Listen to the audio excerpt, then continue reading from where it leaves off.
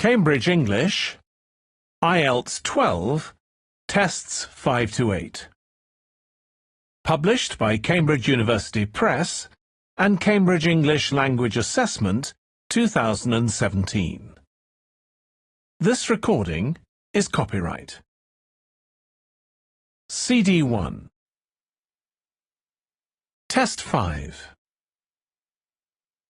You will hear a number of different recordings, and you will have to answer questions on what you hear.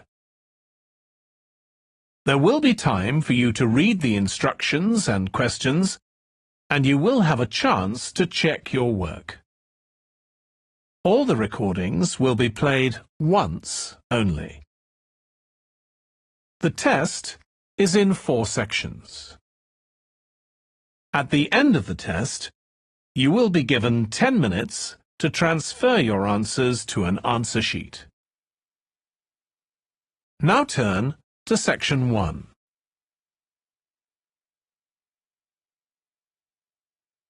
Section 1. You will hear a man inquiring in a tourist centre about activities suitable for families.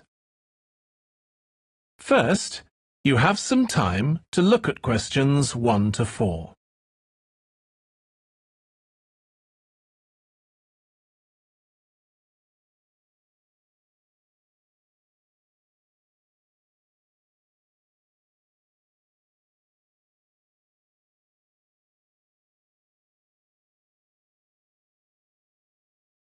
You will see that there is an example that has been done for you. On this occasion only, the conversation relating to this will be played first. Hi, can I help you? I'd like to find out if you have any excursions suitable for families. Sure. How about taking your family for a cruise?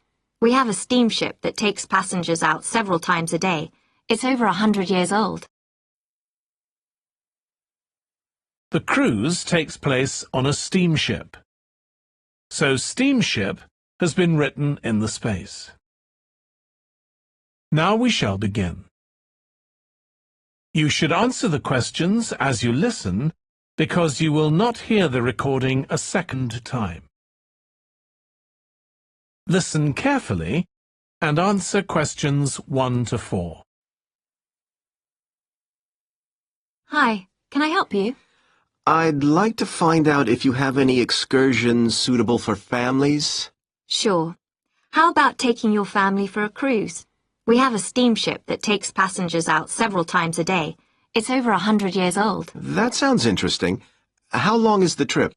About an hour and a half. And don't forget to take pictures of the mountains. They're all around you when you're on the boat, and they look fantastic. Okay. And I assume there's a cafe or something on board? Sure. How old are your children? My daughter's 15 and my son's 7. Right. Well, there are various things you can do once you've crossed the lake to make a day of it. One thing that's very popular is a visit to the country farm. You're met off the boat by the farmer, and he'll take you to the holding pens where the sheep are kept. Children love feeding them. My son would love that. He really likes animals. Well, there's also a 40-minute trek round the farm on a horse if he wants. Do you think he'd manage it? He hasn't done that before. Sure. It's suitable for complete beginners. Good. And again, visitors are welcome to explore the farm on their own, as long as they take care to close gates and so on. There are some very beautiful gardens along the side of the lake which also belong to the farm. They'll be just at their best now. You could easily spend an hour or 2 there. Okay, well, that all sounds good. And can we get lunch there? You can, and it's very good, though it's not included in the basic cost. You pay when you get there. Right. Before you hear the rest of the conversation, you have some time to look at questions 5 to 10.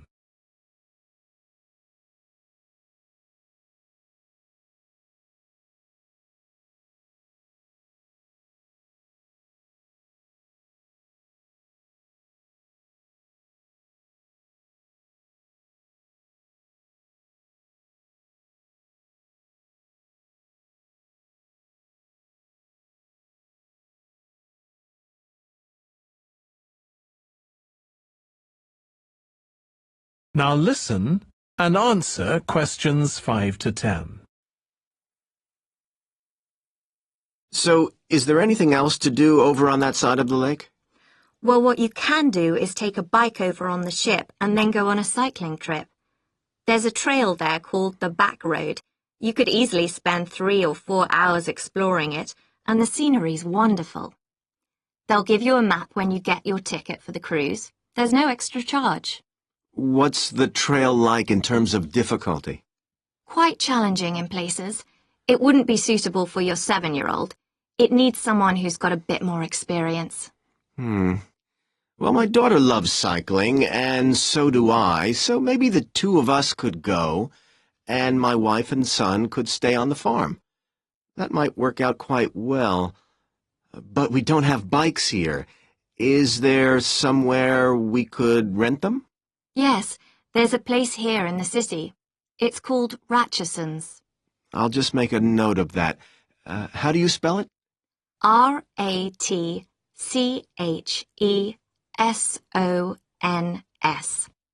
It's just by the cruise ship terminal. Okay. You'd also need to pick up a repair kit for the bike from there to take along with you, and you'd need to take along a snack and some water. It'd be best to get those in the city. Fine. That shouldn't be a problem.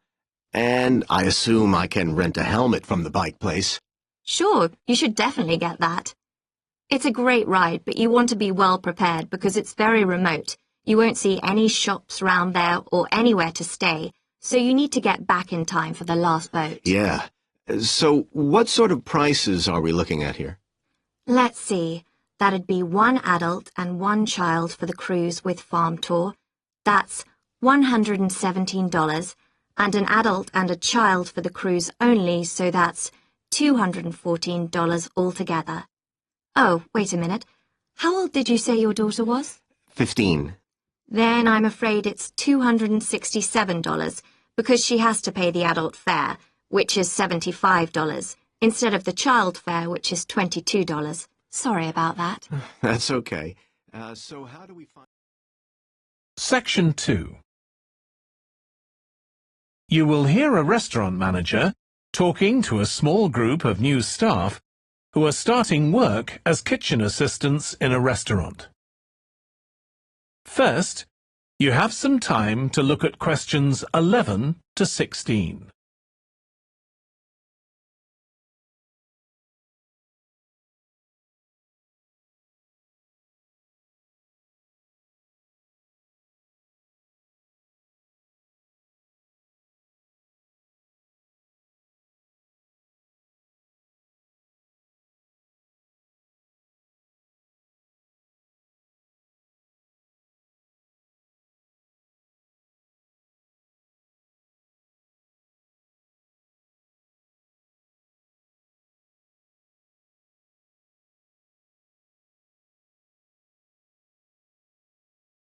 Now listen carefully and answer questions 11 to 16. Good morning, everyone. My name's Joy Parkins, and I'm the restaurant manager. And I understand that none of you have had any previous experience as kitchen assistants. Well, you might be feeling a bit nervous now, but most of our kitchen assistants say they enjoy the work. OK, they might get shouted at sometimes, but it's nothing personal, and they're pleased that they have so many different things to do, which means they never get bored. And I'll tell you straight away that if you do well, we might think about moving you up and giving you some more responsibility. Right, well, you've all shown up on time, which is an excellent start. Now, I'm glad to see none of you have unsuitable footwear, so that's good.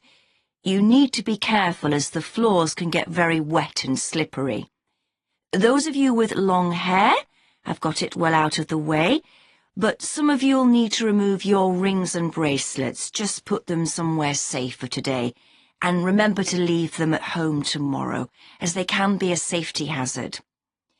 Now, it's going to be a busy day for you all today. We don't have any tables free for this evening, and only a few for lunch. Fortunately, we've got our head chef back. He was away on holiday all last week, which meant the other chefs had extra work.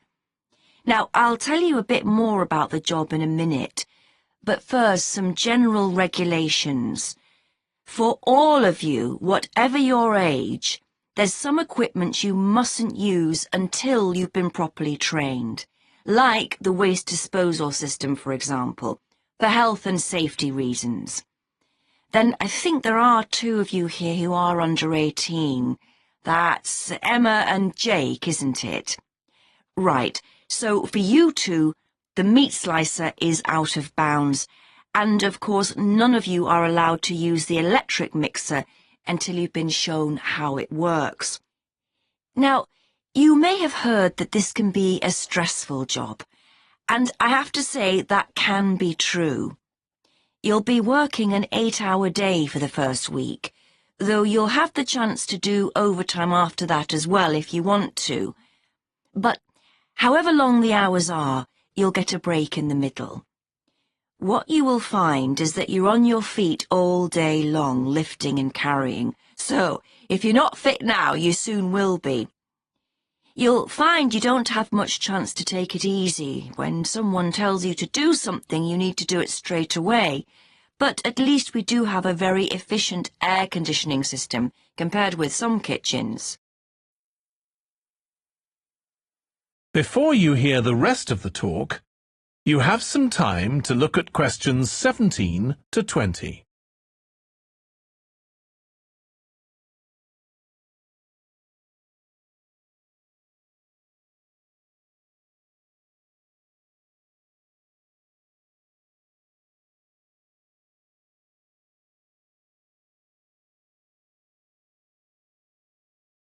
Now listen and answer questions 17 to 20.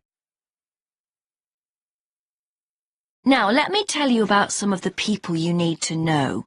So, as I said, I'm Joy Parkins, and I decide who does what during the day and how long they work for. I'll be trying to get you to work with as many different people in the kitchen as possible, so that you learn while you're on the job. One person whose name you must remember is David Field.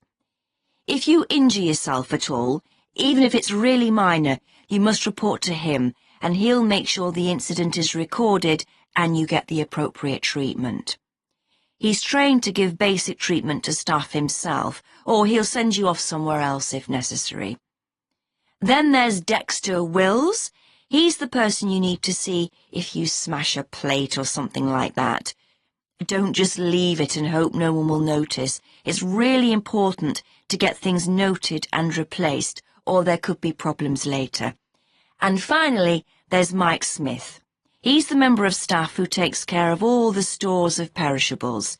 So, if you notice we're getting low in flour or sugar or something, make sure you let him know so he can put in an order. Okay, now the next thing we need to cover. Section 3.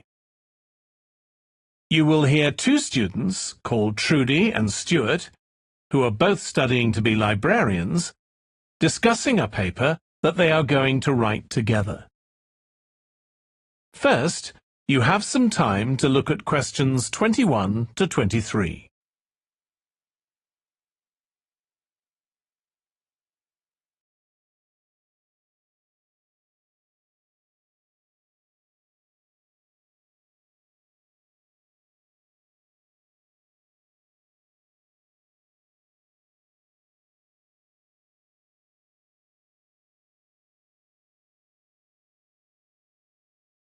Now listen carefully and answer questions 21 to 23. OK, Stuart, we need to start planning our paper on public libraries. Have you thought of an angle yet? Well, there's so much we could look into. How libraries have changed over the centuries, for instance, or how different countries organise them. What do you think, Trudy?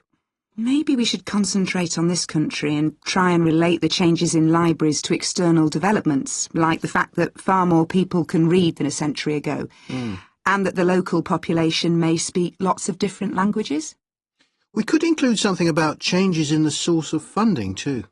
Yes, but remember we're only supposed to write a short paper, so it's probably best if we don't go into funding in any detail. Right. Well, shall we just brainstorm a few ideas to get started? OK. We obviously need to look at the impact of new technology, particularly the internet. Now that lots of books have been digitalised, people can access them from their own computers at home. And if everyone did that, libraries would be obsolete. Yes. But the digitalised books that are available online for free are mostly out of copyright, aren't they? And copyright in this country lasts for 70 years after the author dies. So you won't find the latest bestseller or up-to-date information. That's an important point. Anyway, I find it hard to concentrate when I'm reading a long text on a screen. I'd much rather read a physical book. And it takes longer to read on a screen. Oh, I prefer it. I suppose it's just a personal preference. I expect the libraries will go on evolving in the next few years. Some have already become centres where community activities take place, like local clubs meeting there. I think that'll become even more common. I'd like to think so.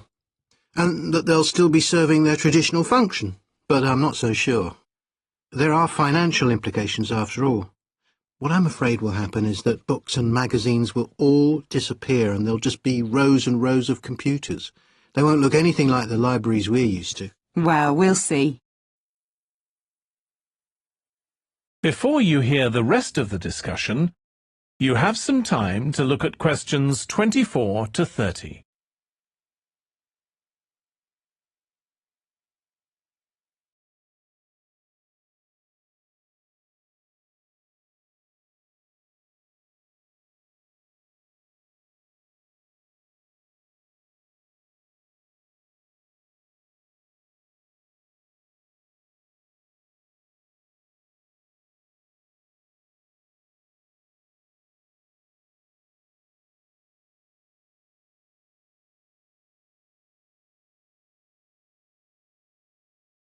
Now listen and answer questions 24 to 30. I've just had an idea. Why don't we make an in-depth study of our local public library as background to our paper? Yes, that'd be interesting, and raise all sorts of issues. Let's make a list of possible things we could ask about, then work out some sort of structure. For instance, we could interview some of the staff and find out whether the library has its own budget or if that's controlled by the local council. And what their policies are. I know they don't allow food, but I'd love to find out what types of noise they ban. There always seems to be a lot of talking, but never music. I don't know if that's a policy or it just happens. I've often wondered. Then there are things like how the library is affected by employment laws. I suppose there are rules about working hours, facilities for staff and so on. Right. Then there are other issues relating to the design of the building and how customers use it. Like, what measures does the library take to ensure their safety? They'd need floor coverings that aren't slippery, and emergency exits, for instance. Oh, and another thing. There's the question of the kind of insurance the library needs to have, in case anyone gets injured. Yes, that's something else to find out. You know something I've often wondered? What's that? Well, you know they've got an archive of local newspapers going back years. Well, next to it, they've got the diary of a well-known politician from the late 19th century. I wonder why it's there. Do you know what his connection was with this area? No idea. Let's add it to our list of things to find out. Oh, I've just thought. You know, people might ask in the library about local organisations, like sports clubs. Well, I wonder if they keep a database, or whether they just look online. Right. I quite fancy finding out what the differences are between a library that's open to the public and one that's part of a museum, for example. They must be very different. Then something else I'd like to know is... Section 4. You will hear part of a lecture for business students about business values. First, you have some time to look at questions 31 to 40.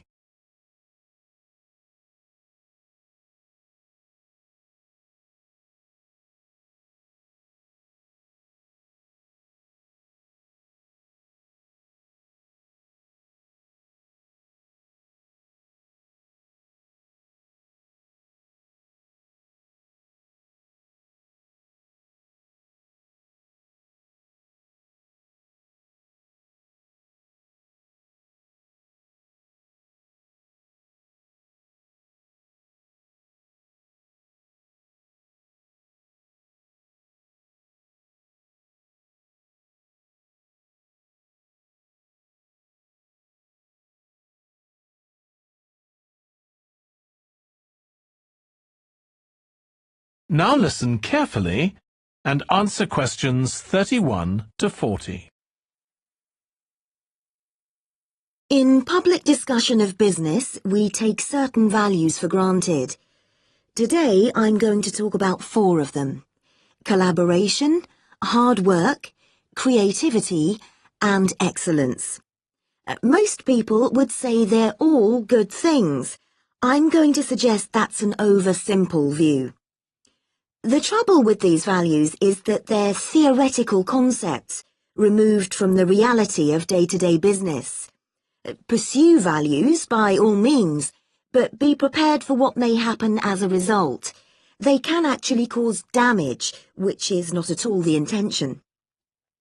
Business leaders generally try to do the right thing, but all too often the right thing backfires if those leaders adopt values without understanding and managing the side effects that arise. The values can easily get in the way of what's actually intended. Okay, so the first value I'm going to discuss is collaboration. Let me give you an example. On a management training course I once attended, we were put into groups and had to construct a bridge across a stream, using building blocks that we were given. The rule was that everyone in the team had to move at least one building block during the construction. This was intended to encourage teamwork. But it was really a job best done by one person. The other teams tried to collaborate on building the structure and descended into confusion, with everyone getting in each other's way. Our team leader solved the challenge brilliantly. She simply asked everyone in the team to move a piece a few centimetres to comply with the rule, and then let the person in the team with an aptitude for puzzles like this build it alone. We finished before any other team. My point is that the task wasn't really suited to team working, so why make it one? Teamwork can also lead to inconsistency, a common cause of poor sales. In the case of a smartphone that a certain company launched, one director wanted to target the business market, and another demanded it was aimed at consumers. The company wanted both directors to be involved, so gave the product a consumer-friendly name, but marketed it to companies.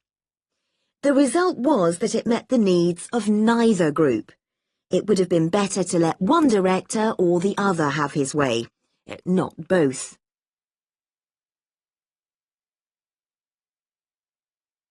Now, industriousness, or hard work. It's easy to mock people who say they work hard. After all, a hamster running around in a wheel is working hard and getting nowhere. Of course, hard work is valuable, but only when properly targeted. Otherwise, it wastes the resources that companies value most, time and energy, and that's bad for the organisation. There's a management model that groups people according to 4 criteria: clever, hard-working, stupid, and lazy. Here, lazy means having a rational determination not to carry out unnecessary tasks. It doesn't mean trying to avoid work altogether. Most people display 2 of these characteristics, and the most valuable people are those who are both clever and lazy. They possess intellectual clarity, and they don't rush into making decisions.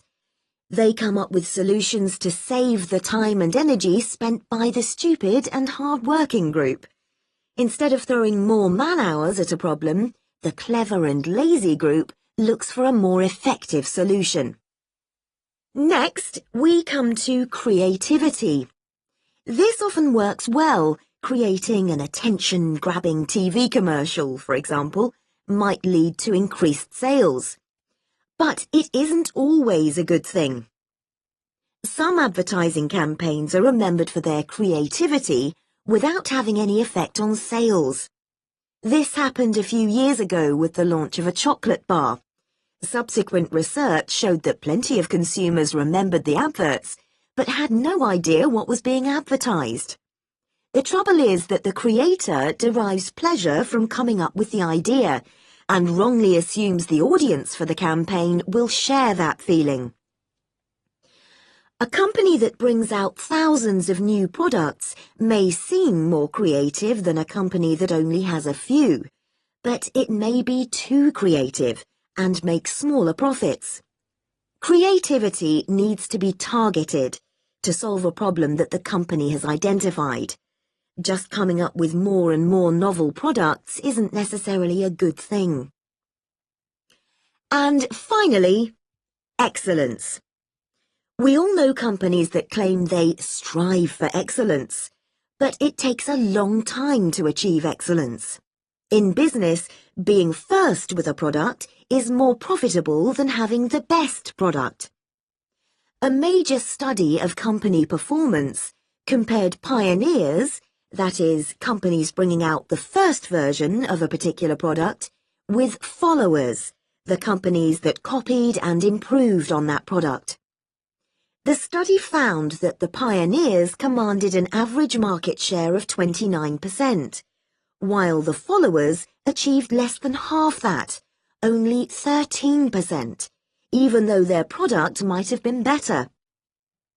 Insisting on excellence in everything we do is time-consuming, wastes energy, and leads to losing out on opportunities. Sometimes second-rate work is more worthwhile than excellence. Make sure it's excellent sounds like